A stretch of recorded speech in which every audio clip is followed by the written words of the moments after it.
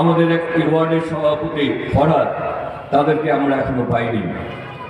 আমাদের অনেক সহযোদ্ধাকে আমরা হারিয়েছি, অনেক সহযোদ্ধাদের জীবন স্বপ্নগুলি তার পঙ্গু হয়ে নষ্ট হয়ে গেছে।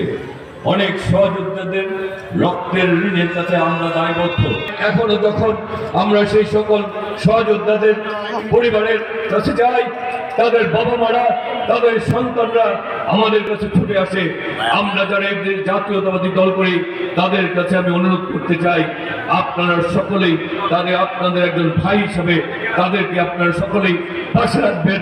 তাদেরকে কখনোই, আমি যতদিন বেঁচে থাকবো, আমি আপনাদেরকে কথা দিচ্ছি, আমার ভাইয়ের প্রতি যেই সম্মানটুকু করি, যে স্নেহ করতাম, আপনাদের আমার বাবা মাকে যে স্নেহ করি, আপনাদেরকেও সেই শ্রদ্ধা এবং ভালোবাসায় এবং সারা জীবন আপনাদের প্রতি সেই ভালোবাসা ইনশাল্লাহ আমাদের থাকবে। আপনাদেরকে আমি কথা দিচ্ছি।